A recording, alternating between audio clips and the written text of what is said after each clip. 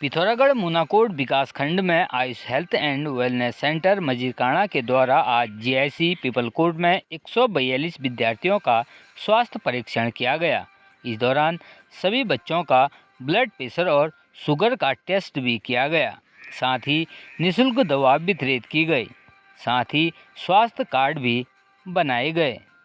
वहीं डॉक्टर उषा ब्रजवासी भट्ट ने बदलते मौसम में बीमारियों से बचाव की टिप्स दिए गए। उन्होंने सभी विद्यार्थियों से खान पान पर विशेष ध्यान रखने की अपील की। इस दौरान प्रधानाचार्य मोहनचंद्र पाठक के द्वारा सभी कर्मचारियों का आभार व्यक्त किया गया।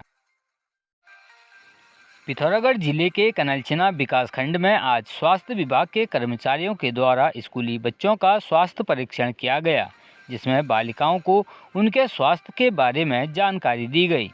इस दौरान स्वास्थ्य विभाग के कर्मचारियों के द्वारा आभा आईडी भी बनाई गई। उक्त कार्यक्रम डॉक्टर अंशु चौहान, भावना पांडे, निधि पवार, नितेश सिंह दुगताल, हेमा मेहता सहित अन्य लोग मौजूद रहे।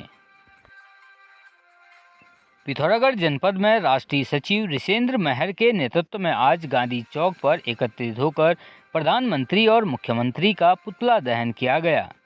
पिथौरागढ़ सीमांत जिले के लोगों को बार बार हवाई सेवा के नाम पर ठगने और तारीख पर तारीख देकर भावनात्मक रूप से ठेस पहुंचाने के विरोध में सभा की गई एवं उसके बाद पुतला दहन कार्यक्रम किया गया। इस दौरान वक्ताओं ने कहा कि सरकार द्वारा 2017 से लेकर अभी तक बार बार सीमांत के लोगों को हवाई सेवा के लिए धोखे में रखा गया है।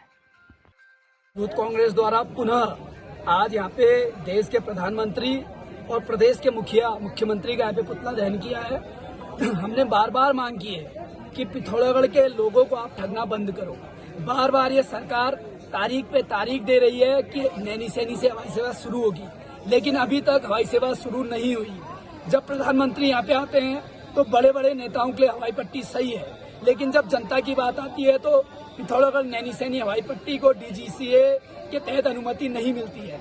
अभी 3 महीने पहले मुख्यमंत्री द्वारा कहा गया कि जो है फ्लाईवीक का विमान देहरादून में खड़ा है। मैं पूछना चाहता हूं कि वो विमान कहाँ है।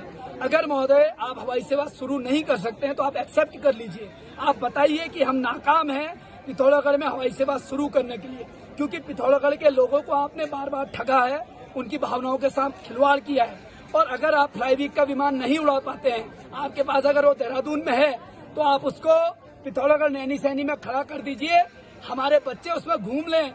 10 रुपया आप उसमें टिकट लगा लीजिए और सुबह बच्चा जाएगा, उसमें घूमेगा, फोटो खिंचाएगा। शायद यही आपसे हो पाएगा। तो मैं कहना चाहता हूँ कि जो प्रदेश की सरकार है और देश की सरकार है डबल इंजन की, ये उड़ान योजना के तहत बार बार कहते हैं पिथौरागढ़ के लोगों की उड़ान योजना होगी। मोदी जी यहाँ पे 2 बार आ गए, लेकिन फिर भी उन्होंने पिथौरागढ़ की आवाम की जो ज्वलंत समस्या है हवाई सेवा की नहीं सुनी। हम चेतावनी देना चाहते हैं कि अगर जल्द पिथौरागढ़ से हवाई सेवा शुरू नहीं हुई, नैनीसैनी से हवाई जहाज या एयर एम्बुलेंस का संचालन नहीं हुआ, तो आने वाले समय में हम तमाम लोगों को लेके, पिथौरागढ़ के लोगों को लेके, हर संगठन को लेके, सामाजिक संगठन को लेके, हम छात्र संगठन को लेके एक बहुत बड़ा उग्र आंदोलन सरकार के खिलाफ छेड़ेंगे, जिसकी जिम्मेदारी सरकार की होगी। पिथौरागढ़ प्रभारी निरीक्षक कोतवाली पिथौरागढ़ के नेतृत्व में पुलिस टीम के द्वारा जाखनी तिराहा से अभियुक्त प्रकाश चंद्र पांडे निवासी सिमलगैर पिथौरागढ़ को 31 पेटी अवैध विस्फोट सामग्री पटाखों के साथ गिरफ्तार कर उसके विरुद्ध कोतवाली पिथौरागढ़ में धारा 286 आईपीसी 9B विस्फोट अधिनियम के तहत मुकदमा पंजीकृत किया गया। उक्त पटाखों की कीमत लगभग 4,75,000 रुपये बताई जा रही है। उत्तराखंड के गदरपुर मटकोटा मार्ग में फिर एक सड़क हादसे में एक व्यक्ति की दर्दनाक मौत हो गई, जबकि दूसरा व्यक्ति गंभीर रूप से घायल हो गया।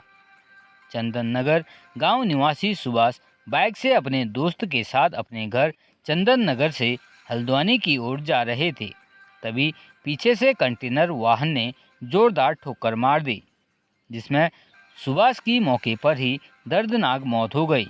वहीं उसका साथी सुजीत गंभीर रूप से घायल हो गया। आनन फानन में लोगों ने घायल सुजीत को रुद्रपुर भेज दिया, जहां गंभीर हालत को देखते हुए घायल सुजीत को मुरादाबाद व निजी चिकित्सालय में भर्ती करा दिया। ऐसा है कि रोड में अभी जो है चंद्रनगर निवासी तिलक नाम के व्यक्ति का अभी भी बहुत खतरनाक दुर्घटना की मृत्यु हो गई है और इसको दुखद छवि हमें समाचार मिलते हम लोग पहुंचे।